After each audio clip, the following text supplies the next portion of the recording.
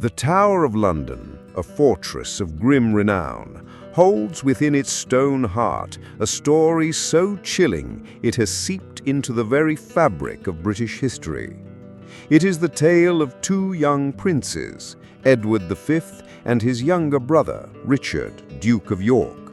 Their residence, a formidable structure overlooking the Thames, would earn the name that still sends a shiver down the spine: the Bloody Tower.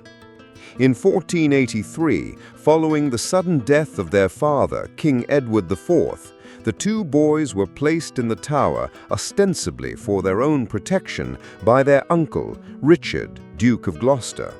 At just 12 and 9 years old, they were heirs to a throne caught in the vicious grip of the Wars of the Roses. Richard of Gloucester, however, had ambitions of his own. He swiftly had the marriage of Edward IV and Elizabeth Woodville declared illegitimate, thus rendering the princes bastards and clearing his own path to the crown. He became King Richard III, and the boys, once princes, were now prisoners. They were last seen playing in the Tower Gardens in the summer of that year. After that, they vanished. The silence that followed their disappearance was deafening, giving rise to whispers of a heinous crime. The prevailing theory, one that has been championed by Tudor historians and immortalized by Shakespeare, is that Richard III, in a ruthless act of political expediency, ordered the murder of his own nephews. The story goes that the boys were smothered in their sleep, their small bodies secretly buried within the tower's precincts. For centuries, this remained a dark legend, a stain on the reputation of a king already depicted as a tyrant. Then, in 1674, nearly 200 years later, workmen undertaking renovations in the White Tower made a grim discovery. Beneath the staircase, they unearthed a wooden chest containing the skeletons of two small children. The bones were of an age consistent with the lost princes. By order of King Charles II, they were given a royal burial in Westminster Abbey, treated as the remains of the very princes whose fate had been a mystery for so long. Yet, their story does not end with a royal tomb. The Bloody Tower, it is said, never let them go. For centuries, staff and visitors have reported the unnerving sight of two small figures clad in white nightgowns drifting through the corridors. They are often seen holding hands, their faces etched with a profound sadness that transcends time. Their spectral forms are most frequently witnessed in the upper chambers of the Bloody Tower, the very place where they are believed to have spent their final days. Witnesses describe a sudden, intense drop in temperature, a cold spot that seems to follow the apparitions as they move. Faint sounds of children's laughter, abruptly turning to sobs, have also been heard echoing from the empty rooms. These are not malevolent spirits. They are tragic figures, forever bound to the place of their betrayal. The ghosts of the princes in the tower serve as a perpetual reminder of the brutal nature of power and the innocence that was sacrificed within those unforgiving walls. Their silent, sorrowful procession is perhaps the most poignant and enduring ghost story the tower has to tell. Of all the spirits said to haunt the Tower of London, none is more famous or more tragic than that of Queen Anne Boleyn. Her story is a whirlwind of ambition, love, and brutal betrayal that ended on the scaffold. The second wife of King Henry VIII, Anne was a woman of sharp intellect and formidable will who played a pivotal role in the English Reformation. She promised Henry a son and heir, something his first wife, Catherine of Aragon, had failed to provide. But when she too gave birth to a daughter, the future Elizabeth I, and subsequently suffered a series of miscarriages, the king's infatuation turned to cold fury. Desperate to remarry and secure a male heir, Henry, with the help of his cunning minister Thomas Cromwell, concocted a series of shocking charges against her. Anne was accused of adultery, incest, and high treason. The accusations were almost certainly baseless, a convenient fiction to remove an unwanted queen. Despite her eloquent and spirited defense, the verdict was a foregone conclusion. On the 19th of May, 1536, Anne Boleyn was led to a specially erected scaffold on Tower Green.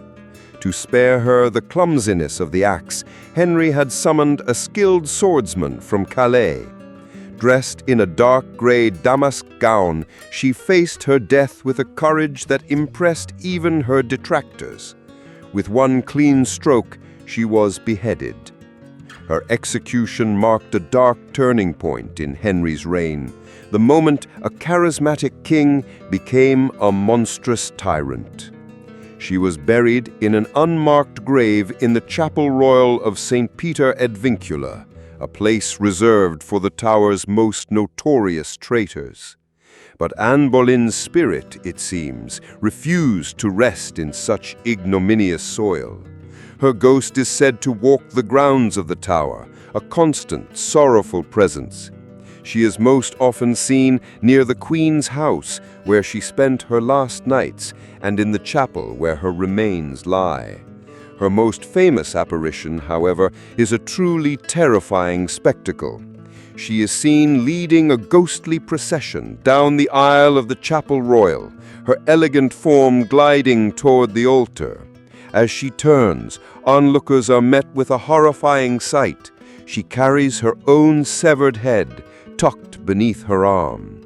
This vision has been reported on numerous occasions, most notably by a captain of the guard in the 19th century who was so disturbed by the sight that he fainted. Another common sighting is of her lone figure, headless, walking the battlements of the White Tower. Witnesses describe her as graceful and regal, even in her spectral, mutilated state. Her ghost is not merely a frightening phantom. It is a symbol of injustice, a queen betrayed by her king and her country, forever bound to the site of her tragic end. Her eternal walk is a silent testament to one of the most ruthless episodes in the history of the British monarchy. While many of the Tower's ghosts are the spirits of famous historical figures, some are shrouded in a deeper, more personal mystery.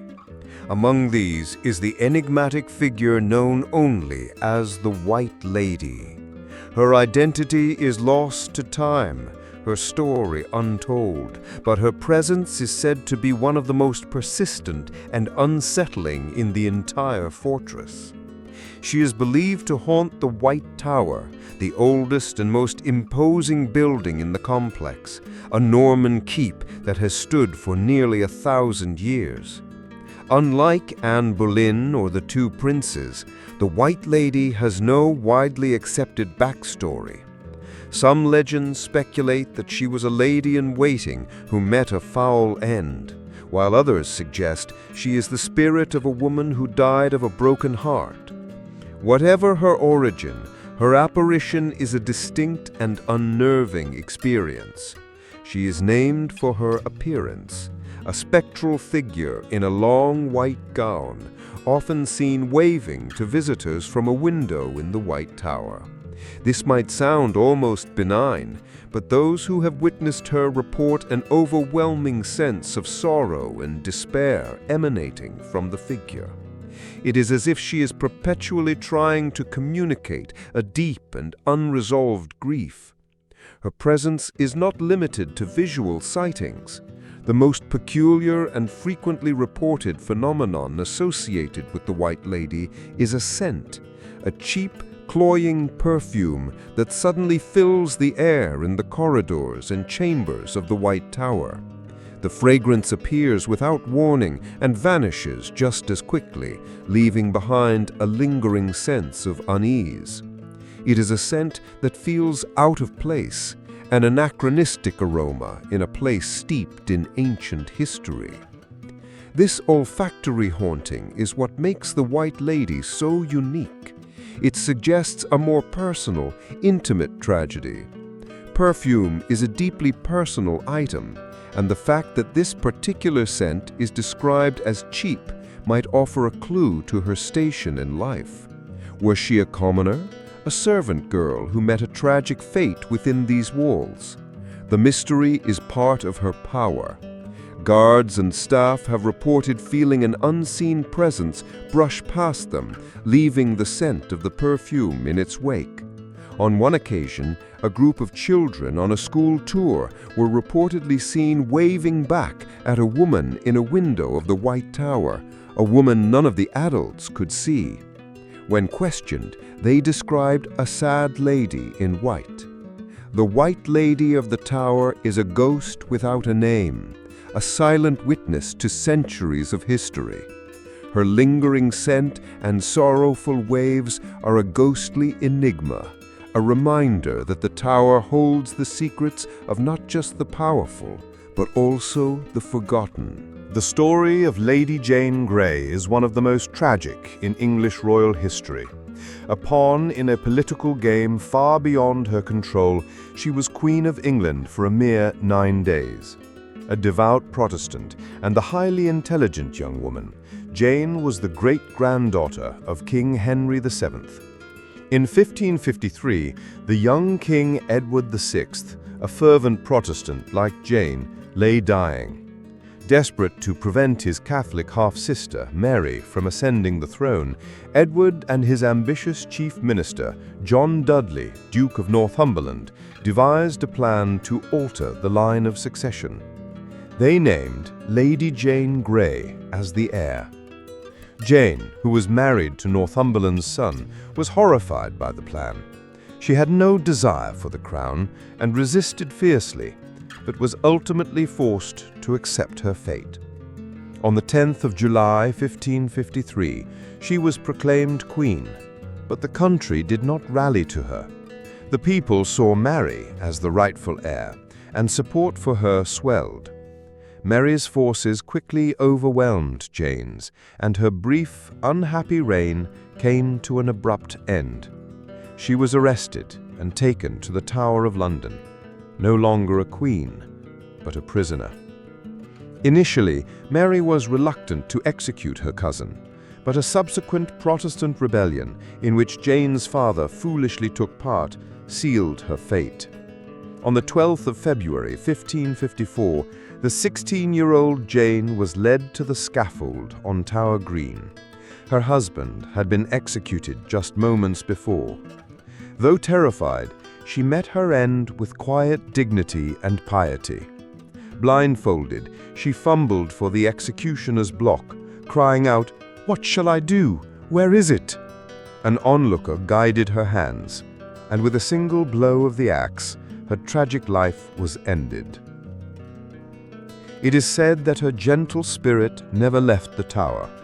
Her ghost, a lone, ethereal figure in white, has been seen on the battlements of the Salt Tower. The most famous sighting occurred on the anniversary of her execution in 1957. 2 Yeoman Warders were on duty when they saw a faint white shape materialize on the battlements above them. As they watched, it slowly took the form of a young woman. They described her as having a noble bearing, her silhouette clear against the dark night sky. The figure paused, looked down at Tower Green where she had been executed, and then slowly faded from view.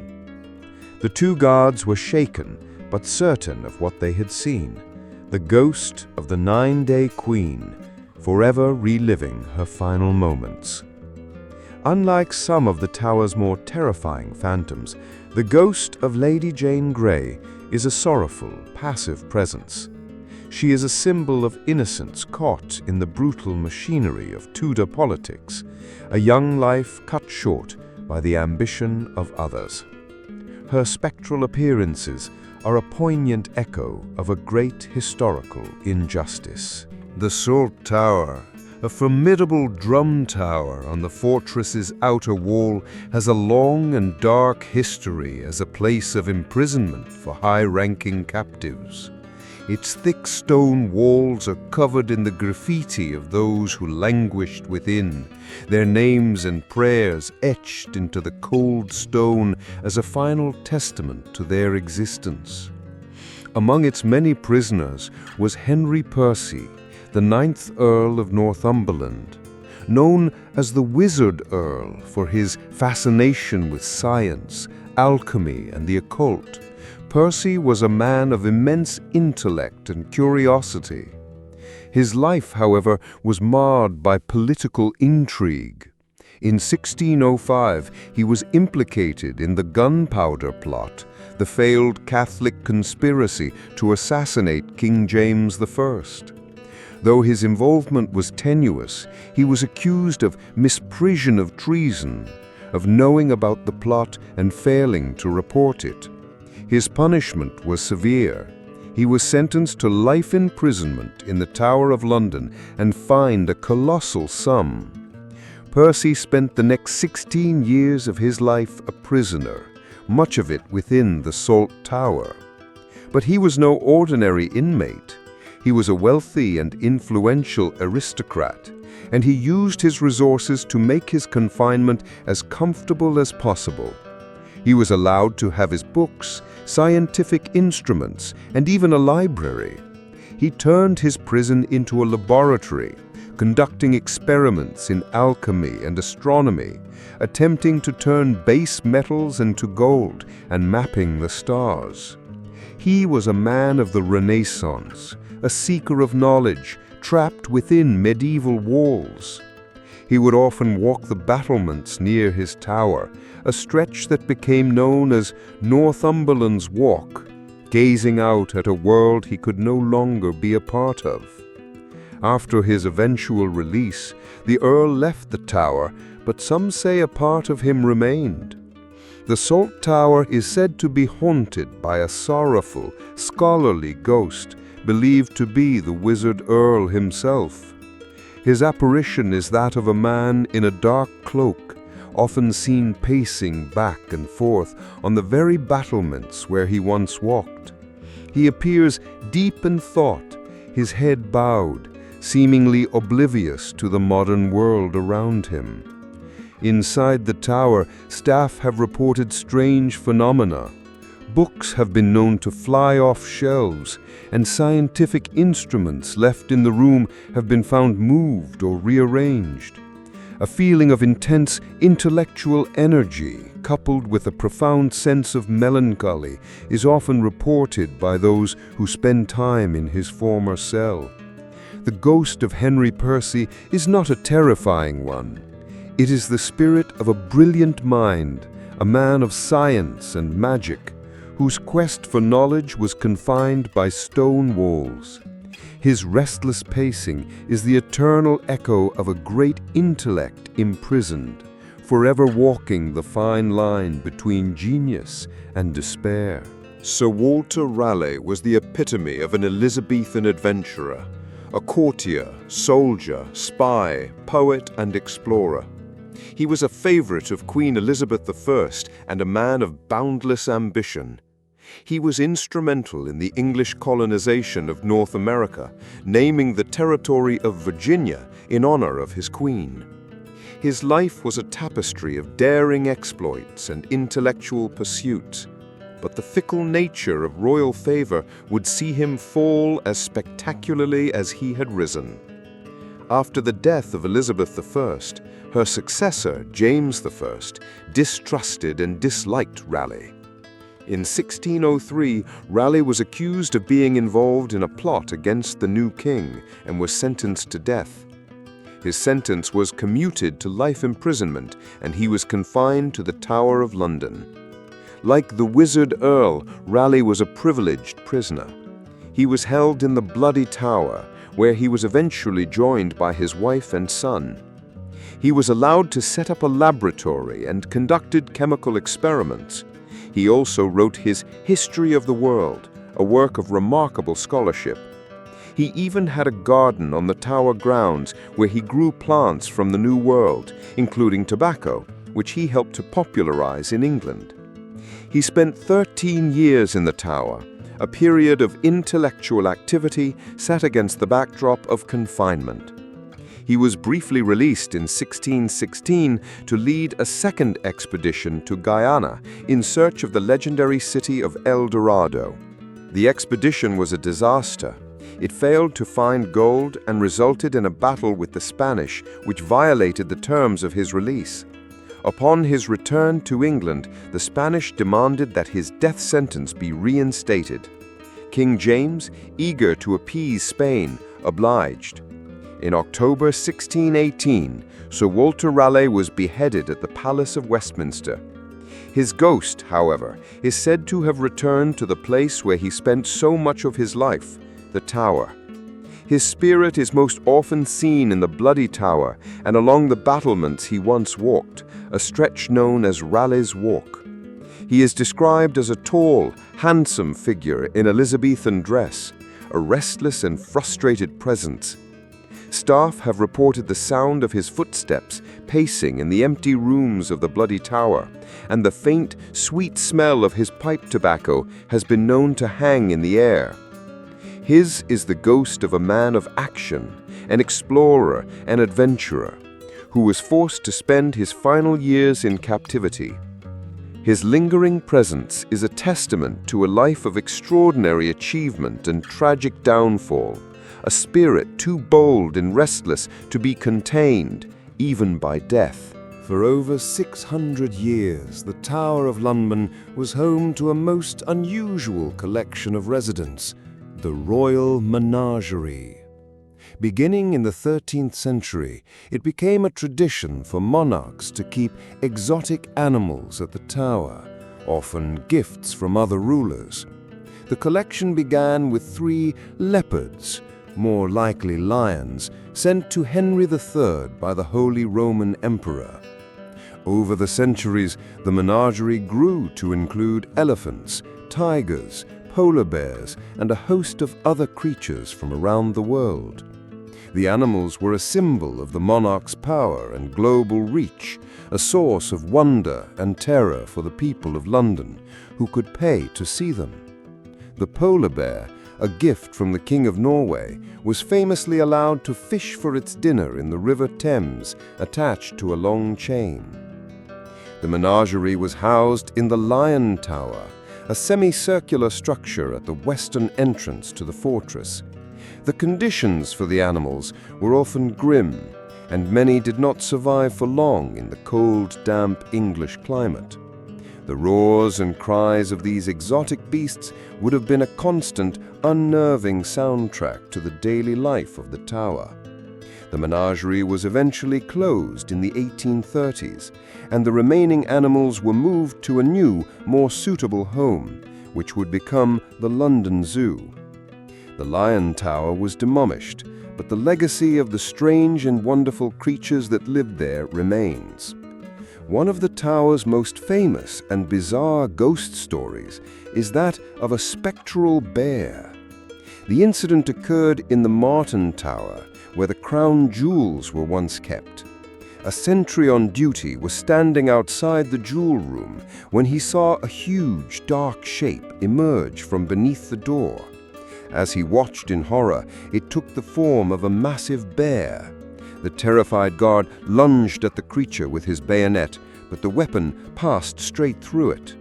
The bear vanished, and the guard collapsed in a state of shock. He was reportedly so frightened by the experience that he died a few days later. This story has become one of the most enduring legends of the tower. The ghost is believed to be that of one of the menagerie's former residents, its spirit still roaming the grounds.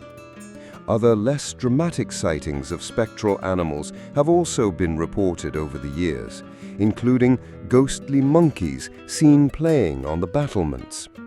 These animal apparitions are a strange and fascinating footnote in the tower's haunted history, a reminder that for centuries the fortress was a place of captivity and spectacle for not just humans, but for beasts as well.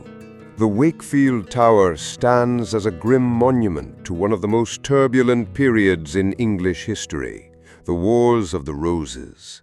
It was within this tower, a place of prayer and piety, that King Henry VI is believed to have met his violent end. Henry was a gentle and deeply religious man, but he was an ineffectual ruler. His reign was plagued by military defeats in France and political instability at home, which ultimately led to a dynastic civil war. The House of Lancaster, represented by Henry, battled for the throne against the House of York. Henry was deposed twice by his Yorkist rival, Edward IV. After his final defeat at the Battle of Tewkesbury in 1471, Henry was imprisoned in the Tower of London. On the night of the 21st of May, 1471, as Edward IV rode into London in triumph, King Henry VI was quietly murdered in his private chapel in the Wakefield Tower. The official story put out by the Yorkists was that he had died of pure displeasure and melancholy upon hearing of his army's defeat and the death of his son. Few believed it. The more likely truth is that he was killed on Edward's orders to eliminate the Lancastrian claim to the throne once and for all. It is said that he was kneeling in prayer when he was struck from behind with a sword, his blood staining the chapel floor. His death was a brutal act of political necessity, the final bloody chapter in a long and bitter conflict. Ever since that fateful night, the Wakefield Tower has been associated with the sad spirit of the murdered king. His ghost is said to appear every year on the anniversary of his death. At the stroke of midnight, his frail, sorrowful figure materializes in the chapel, pacing slowly around the room before kneeling in prayer at the spot where he was killed. As he kneels, he is said to let out a single, heart-rending sigh before fading into the darkness. The apparition is described as incredibly lifelike, a man in simple robes, his face a mask of profound grief. The atmosphere in the Wakefield Tower is said to become heavy and oppressive on the anniversary, charged with the psychic energy of that ancient crime. The ghost of Henry VI is a quiet and tragic one, the spirit of a pious man who was unsuited for the brutal world he inhabited. His annual return is a solemn reenactment of his final moments, a ghostly vigil for a king who found no peace even in prayer. The Yeoman Warders, popularly known as the Beefeaters, are the ceremonial guardians of the Tower of London. They are all retired members of the British Armed Forces with at least 22 years of service, and they and their families live within the fortress walls. They are not just tour guides, they are residents, and their unique position gives them an intimate knowledge of the tower's secrets. For them, the stories of hauntings are not just historical legends, they are a part of their daily lives. Over the years, the Warders have accumulated a vast collection of personal experiences with the supernatural, accounts that bring the tower's ghostly history into the modern day. Many Warders have reported phenomena that defy rational explanation. Unexplained footsteps are a common occurrence, heard echoing in empty corridors and on staircases late at night. Doors are known to slam shut in locked and empty buildings, and lights have been seen switching on and off by themselves. Several Warders have spoken of a feeling of being watched, or of a sudden, inexplicable drop in temperature in certain areas, particularly near the sites of executions and murders. One of the most frequently reported experiences is the feeling of being physically touched by an unseen entity. A gentle push, a tug on a sleeve, or a cold hand on the shoulder are sensations that have been described by numerous guards on their nightly patrols. Some accounts are more dramatic. One yeoman warder on duty in the Salt Tower reported seeing a strange, shimmering light accompanied by the sound of whispering voices. As he approached, the light vanished and the voices fell silent. Another guard, patrolling near the Bywood Tower, felt a sudden crushing weight on his chest that pinned him to the ground. He was unable to move or cry out for several minutes, a terrifying experience he attributed to a malevolent spirit. There are also stories of the Warders' dogs, who often seem to react to things their owners cannot see, barking or growling at empty corners or refusing to enter certain rooms. These modern accounts from credible witnesses, veteran soldiers not given to flights of fancy, lend a powerful credence to the tower's haunted reputation. They suggest that the ghosts of the tower are not just relics of the past, but active presences, their stories still unfolding in the night, witnessed by the very men sworn to guard their home. The Tower of London is more than just a castle. It is a repository of 1,000 years of British history, much of it brutal and bloody. It has been a royal palace, a fortress, a prison, an armory, and a place of execution. Within its walls, kings and queens have been crowned and killed, traitors have been tortured, and secrets have been buried. It is this immense weight of history, this concentration of intense human emotion, that many believe is the source of its profound and pervasive haunting. The fear, pain, betrayal, and despair experienced by countless individuals over the centuries have, it is said, left an indelible psychic stain on the very stones of the fortress. This concept, known as stone tape theory, suggests that dramatic events can be recorded in the environment, replaying themselves like a ghostly film under certain conditions. The tower, with its history of extreme trauma, is a prime candidate for such a phenomenon. The apparitions of Anne Boleyn, the princes in the tower, and Henry VI may not be conscious spirits, but rather psychic recordings, echoes of tragic events replaying themselves over and over again. This would explain why the ghosts often seem oblivious to their surroundings, caught in a loop of their final, traumatic moments. The sudden cold spots, the strange scents, and the disembodied sounds could all be sensory fragments of these recordings, bleeding through into the present.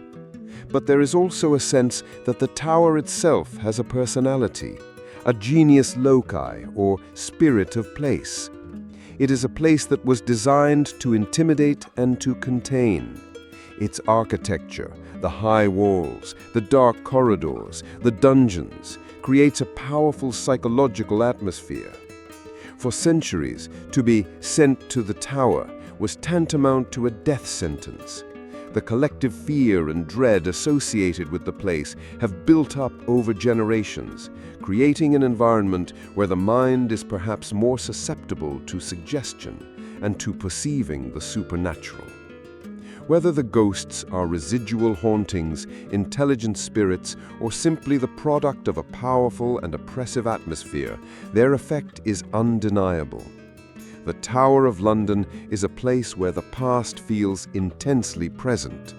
The stories of its ghosts are the stories of its history, a constant, chilling reminder that the sorrows and fears of those who lived and died within its walls have never truly left. They linger in the shadows, a permanent and unsettling part of Britain's national story.